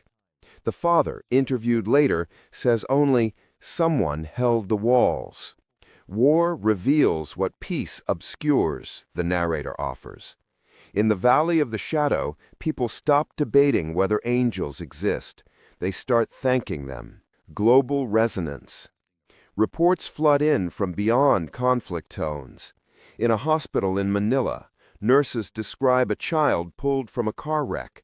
No pulse, no breath. 20 minutes of failed resuscitation. Then, without cause, the heart resumed. Monitors spiked in patterns doctors had never seen. Rhythmic, musical, almost like the trumpet, one nurse whispers on camera. In a village outside Mumbai, an entire neighborhood escaped a flood when waters inexplicably parted around their homes. Hydrologists studied the terrain. No natural barrier existed. Yet the evidence remains, a dry corridor through the deluge, houses untouched. Even skeptics begin collecting the data, hoping to find the flaw, the hoax, the rational thread. Instead, they find consistency, ordinary people, diverse faiths, identical experiences, protection without explanation, survival without probability. One researcher, exhausted, leans back in his chair. Either reality is breaking, or we never understood it in the first place. At that exact moment, seismographs worldwide register a tremor, magnitude 2.1, too small to damage, too widespread to ignore. Epicenters, Jerusalem, Mecca, Vatican City, Bodh Gaya, Varanasi, every major spiritual locus on earth, pulsing in synchronized rhythm. The tremor lasts 7 seconds. The convergence. Back in Jerusalem, crowds gather again at the eastern gate. Instruments show the sealed stones vibrating, minutely but measurably. The frequency matches the trumpet tone. A geologist places his hand against the wall. "It's resonating," he says, "like it's responding to something." Or, someone beside him whispers, "Preparing." The narrator's voice lowers, intimate now, almost confessional. There are moments in history when the miraculous stops being distant memory and becomes present witness, when the God of Abraham, Isaac, and Jacob, who parted seas, toppled walls, and shielded his people through fire, steps again into the theater of human sight. The camera pulls back, aerial view capturing the whole city bathed in twilight. The gate glows faintly. No spotlight accounts for it. Instruments hum. The crowd stands in hushed expectation. Jerusalem has known war. Jerusalem has known wonder. Tonight, both gather at her gates, and the walls remember every deliverance, every trumpet, every moment heaven bent low to touch earth. A final shot, the sealed gate, stone surface catching last light, while overhead, barely visible, a formation of clouds arranges into what looks disturbingly like wings. Then, from somewhere deep beneath the city, the sound rises again, low, sustained, unmistakable. The third tone, not in the sky this time, in the ground. Cut to black, a heartbeat, a trumpet blast, brief, crystalline, haunting, silence. The third tone fades, but its echo refuses to die. It lingers in the bones of the city, in the limestone beneath prayers, in the ancient aquifers threading through bedrock older than empire. Jerusalem trembles, not violently, but persistently, like a heartbeat trying to surface through stone. Scientists descend into the tunnels within hours. Seismographs are repositioned, microphones lowered into shafts carved by Hasmonean kings 2 millennia before. The instruments hum with data, but the data hums back, low, rhythmic, defiant of classification. When heaven speaks, earth listens. When earth answers, humanity stands at the threshold, uncertain whether to measure or to kneel. At the Institute of Geophysics, a team gathers around holographic waveforms projected mid-air. The lead scientist, Dr. Miriam Ashkenazi, points to the anomaly with a stylus that trembles slightly in her hand. "This frequency," she begins, voice clinical but strained, originates 40 meters below the Temple Mount. It cycles every 11 minutes. Each cycle is identical. No decay, no variation. Seismic activity doesn't behave this way. Tectonic shifts are chaotic. This," she hesitates, "this is organized." A colleague interrupts. "Organized how?" She enlarges the waveform. Within the oscillations, smaller patterns emerge, fractals of sound, repeating at diminishing scales. It's structured like language, not human language, but syntax, rhythm, intentionality. It's there. Someone in the back mutters, "You're saying the earth is talking?" Dr. Ashkenazi doesn't answer immediately. She replays the recording, isolating the harmonic layers. 7 distinct frequencies again, braiding into one voice. When passed through a spectrograph, the visual pattern resembles ancient Hebrew letters, angular, deliberate, achingly familiar. A linguist brought in for consultation stares at the screen. His face pales. He whispers, "That symbol, it's Aleph, the first letter, the beginning." As he speaks the word aloud, every monitor in the lab flickers. For 3 seconds, the waveform compresses into a single vertical line. Sharp, bright, impossible. Then it expands again, resuming its rhythm as though nothing happened. Dr. Ashkenazi exhales slowly.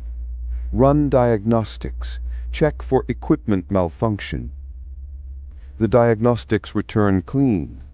No malfunction. No interference. Then what just responded to him? Someone asks. No one replies. The hum continues, patient and relentless beneath their feet. Across town, a press conference convenes. The Israeli Ministry of Science presents findings meant to calm a nervous glow. Dr. Yosef Brenner, a physicist with 40 years of credibility, takes the podium.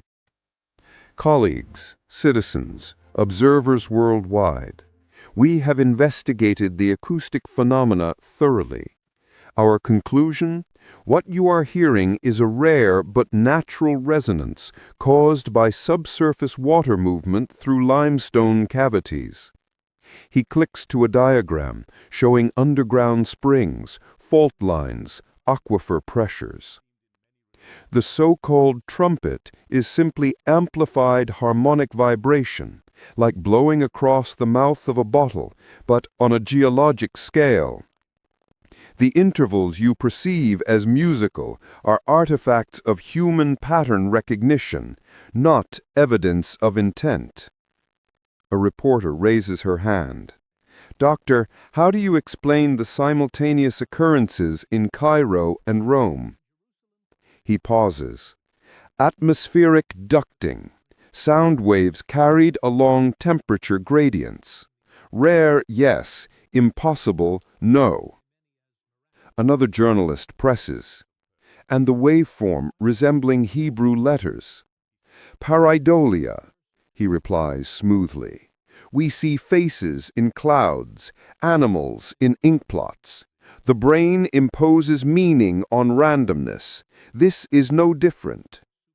But his hands, resting on the podium, betray him. Knuckles white, fingers tapping an unconscious rhythm that matches exactly the intervals of the trumpet tone. Mid-sentence, as Brenner begins his closing statement, the lights dim. Not a blackout, just a flicker, synchronized with the distant hum rising faintly through the building's ventilation. He stops, listening. The entire auditorium listens. The sound swells for 5 seconds, then recedes. Brenner clears his throat. As I was saying, natural phenomena. But his voice has lost conviction. A reporter in the front row whispers to her cameraman. He doesn't believe himself anymore. In a candlelit study overlooking the Mount of Olives, 3 theologians convene. Rabbi Eitan Lev, Father Dominic Marsala, and Sheikh Karim al-Rashid. They've debated before, sometimes fiercely. Tonight, their voices are subdued, almost reverent. Rabbi Lev speaks first, hands folded over an open Tanakh. Our sages spoke of the shofar that will sound on the day of awe, not blown by human lips, but by the breath of the Holy One himself. 7 blasts to announce the ingathering. He looks up. We have heard 3. Father Marsala nods slowly. Revelation describes 7 trumpets heralding the return of the King. Each trumpet unveils another mystery, not to condemn, but to prepare. John wrote of voices like thunder, of sounds from the throne itself. He touches the worn Bible before him. What if this is not symbol? What if it is event? Sheikh al-Rashid, his voice measured and calm, adds, the Quran speaks of the trumpet of Israfil, one blast to end the world as it is, another to resurrect it anew. But before the end comes warning. Mercy precedes judgment. He meets their eyes. Perhaps these tones are that mercy, calling us to turn before the final note. Silence settles between them, heavier than doctrine. Rabbi Lev finally speaks again, softer now. If heaven is announcing itself, why through sound? Why not spectacle, undeniable and overwhelming? Father Marsala answers, because sound requires listening. Light can blind, but sound invites response. A trumpet does not force, it summons. The narrator's voice joins their reflection. The divine has always preferred invitation over invasion. Thunder at Sinai, wind at Pentecost, whisper to Elijah. Each time, heaven asks humanity the same question, will you hear? Outside their window, the city glows under a sky impossibly clear. Stars sharpen into brilliance, and beneath it all, faint but growing, the hum continues, rhythmic, patient, waiting.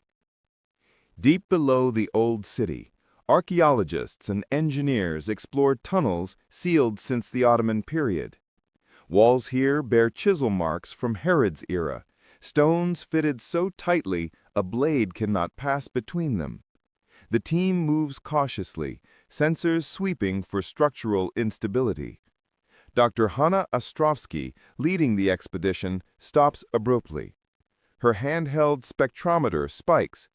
Electromagnetic reading, she announces, off the chart. They round a corner and find it, a chamber no larger than a modest room carved into bedrock. In its center, a stone basin, dry for centuries, ringed with inscriptions in Proto-Hebraic script. The text spirals inward, repeating the same phrase over and over. A team member translates haltingly, "When the voice calls from beneath, let the sealed be opened." Dr. Ostrovsky kneels beside the basin. Her fingers trace the carvings. This isn't Roman, not Byzantine. This is First Temple period, possibly older. Someone asks, "What was this place?" She doesn't answer immediately. Instead, she listens. The hum is louder here, resonating through the walls like a living thing. She places her palm flat against the basin's base. Not residual heat, not friction. Warmth like breath, rising from stone that hasn't known sunlight in 3,000 years. Her instruments flare.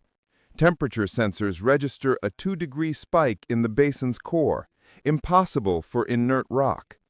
She pulls her hand back. The warmth fades instantly. She touches again. It returns. "It's responding to contact," she whispers.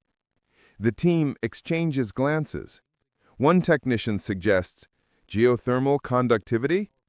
Dr. Ostrovsky shakes her head slowly. "Geothermal is constant. This is reactive, like it knows we're here." They set up continuous monitoring equipment and retreat to analyze data. As the last of them exits, a camera left behind captures what happens next. The hum intensifies. Dust lifts off the basin's rim, not blown, but drawn upward, spiraling in helical patterns. The inscriptions glow faintly blue-white, pulsing in rhythm with the sound. Then, silence. The glow fades, dust settles, but the footage timestamp shows something impossible. During the event, the camera's internal clock froze for exactly 7 seconds. When the team reviews the recording the next morning, Dr. Ostrovsky sits motionless for a long time. Finally, she says, "We're not discovering a phenomenon, we're being introduced to one." Not all scientists retreat into faith. A coalition of rationalists publishes an open letter, an appeal to reason in the face of mass delusion. They cite cognitive biases, media amplification, and religious wish fulfillment. The letter gathers 10,000 signatures in 48 hours. Dr. Brenner, still reeling from his compromised press conference, reads the letter on screen. He wants to sign. His cursor hovers over the form. But his hand won't move, because that night, alone in his apartment, he conducted a private experiment. He played the trumpet recording through his sound system, triple-checked for artifacts, external interference, studio manipulation. None existed. Then he isolated the 7 frequencies and mapped them to known physical constants. What he found chilled him. The ratios between the tones matched the fundamental resonances of atomic structure, the spaces between electron shells, the vibrations of quarks, the hum beneath matter itself. It was as if the sound knew the universe's blueprint. He closes his laptop without signing. Across the city, a neuroscientist named Dr. Ilana Roth performs her own test. She exposes lab volunteers to the trumpet tone, monitoring brain activity via fMRI. Skeptics, believers, agnostics all show identical neurological response. Heightened activity in the temporal lobe, the region associated with spiritual experience, but also in the prefrontal cortex, the seat of rational thought. Both hemispheres light up simultaneously. It's triggering logic and transcendence at the same time. I've never seen this pattern before, she explains to a colleague. Her colleague asks, could it be engineered? Some kind of sonic manipulation? Roth runs frequency spectrum analysis, cross-references with known psychoacoustic weapons, checks for subsonic triggers. Nothing matches. If this is manipulation, she says slowly, it's beyond any human technology, which leaves 2 options: unknown natural phenomenon or something else entirely. What else? She doesn't answer, but her eyes drift toward the window, where the night sky over Jerusalem shimmers faintly, as though starlight itself has begun to vibrate. Word spreads. The 4th trumpet will sound tonight. No official announcement, just a collective intuition rippling through the digital sphere. Countdown clocks appear on websites. Vigils form at the Western Wall, the Church of the Holy Sepulchre, the Dome of the Rock. Skeptics call it baseless speculation. Believers call it discernment. At 11:52 p.m., the hum begins again. This time, it doesn't emerge from the ground. It descends from the sky. Witnesses describe it as a column of sound, pure, vertical, visible only by the way air distorts around it. It strikes the eastern gate and spreads outward in concentric rings, each wave carrying the layered tone deeper into the city. Glass windows hum in resonance. Metal structures vibrate sympathetically. People stop mid-step, mid-sentence, mid-breath. The 4th tone is different from the others, higher, sharper, urgent. Dr. Ashkenazi, monitoring from the Institute, sees every seismograph spike simultaneously. "It's not underground anymore," she shouts into her radio. "It's atmospheric. It's everywhere." Father Marsala, kneeling in the Garden of Gethsemane, hears it and weeps. "The 4th trumpet," he whispers. "John said it would strike the sun, moon, and stars, dimming their light by a third." As if on cue, the stars overhead flicker. Not clouds obscuring them, not atmospheric distortion. The stars themselves dim, then brighten, then dim again, pulsing in rhythm with the trumpet tone. Astronomers worldwide confirm. Photometric readings show synchronized luminosity fluctuation across observable stars within a 30-light-year radius of Earth. No known astrophysical process explains it. Dr. Brenner, watching the data stream, feels his last defense crumble. He picks up his phone and dials Dr. Ashkenazi. "Miriam," he says, voice hoarse. "I was wrong." She doesn't gloat. She simply replies, "I know. So was I." What do we do now? We listen. As the fourth tone fades, analysts race to decode its structure. Unlike the previous three, this one carried modulation, variance within the sustain, almost like Morse code. A cryptographer isolates the pattern, pulses grouped in sets of 7, separated by intervals that match the golden ratio. When translated into binary, the sequence spells a word in ASCII, ready. The finding goes public within the hour. Debates erupt. Ready for what becomes the world's most searched question. Rabbi Lev, interviewed live, answered simply, "For the one who is coming." Father Marsala adds, or "for the opening of what has been sealed." Sheikh al-Rashid concludes, or "for the moment when earth and heaven are no longer separate." As the broadcast ends, every screen globally flickers, just for a frame. In that frame, visible only when slowed down, an image appears, the Eastern Gate, but no longer sealed. A thin vertical line of light splitting the stone from top to bottom. When real-time cameras pan to the actual gate, it remains closed. But the crack is there, hairline thin, glowing faintly in the dark. Science bows, faith kneels. Dr. Brenner and Dr. Ashkenazi stand together at the Institute's observation deck, overlooking the city. Behind them, monitors display waveforms, seismic data, star charts, all the tools of empirical inquiry. "I spent my life explaining the universe," Brenner says quietly. "Now the universe is explaining itself, and I don't speak the language." Dr. Ashkenazi nods. Maybe that's the point. Maybe we were never supposed to decode it alone. They watch as the fourth tone's final echo fades into the night. 3 trumpets remain. The narrator's voice, softer now, reverent.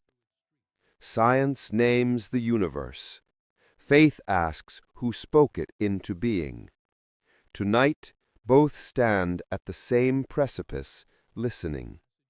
And in the silence between trumpets, a question lingers. Not if the final note will sound, but when. And whether when it does, we will be ready to hear what it proclaims. The camera pulls back. Aerial view. Jerusalem bathed in silver moonlight. The gate glows faintly.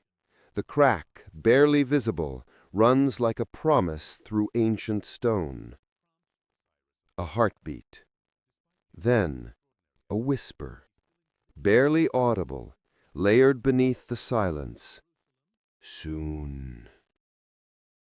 30 days. The number appears everywhere, carved into social media countdowns, whispered in prayers, painted on makeshift signs carried through airport terminals. 30 days until what? No one can say with certainty. But certainty has become optional.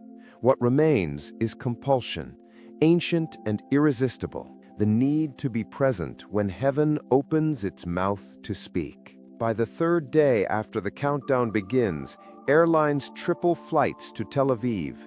Ticket prices surge, then collapse as carriers add emergency routes. It doesn't matter. Planes fill regardless. Businessmen in first class beside farmers in coach. Pilgrims clutching rosaries beside skeptics clutching cameras. Buses pour across borders from Jordan, Egypt, and Lebanon. The Allenby Bridge, usually a trickle of traffic, becomes a river of humanity. Border guards, overwhelmed, eventually stop checking passports. "Let them through," one whispers.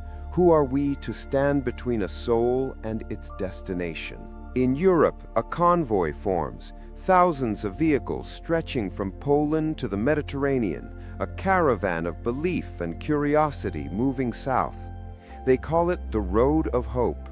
News helicopters track its progress, broadcasting images of RVs, motorcycles, bicycles, even pedestrians walking the highways with packs on their backs. A German engineer interviewed at a rest stop explains, "I don't know what I believe, but I know I need to see." Beside him, an elderly woman adds, "My grandmother told me stories of angels over Warsaw during the war. I thought they were just stories." She touches the cross around her neck. "Maybe I was wrong." From Asia, ships depart overcrowded, ferries meant for 200 carrying 1,000, decks packed with families sitting shoulder to shoulder. In Mumbai, a man sells his taxi to buy passage for his family. If the world is ending or beginning, I want us together when it happens. On the 18th day, satellite tracking shows something unprecedented. Over 2 million people converging on a city of less than 1 million. Infrastructure analysts predict collapse, but the city doesn't collapse. It opens.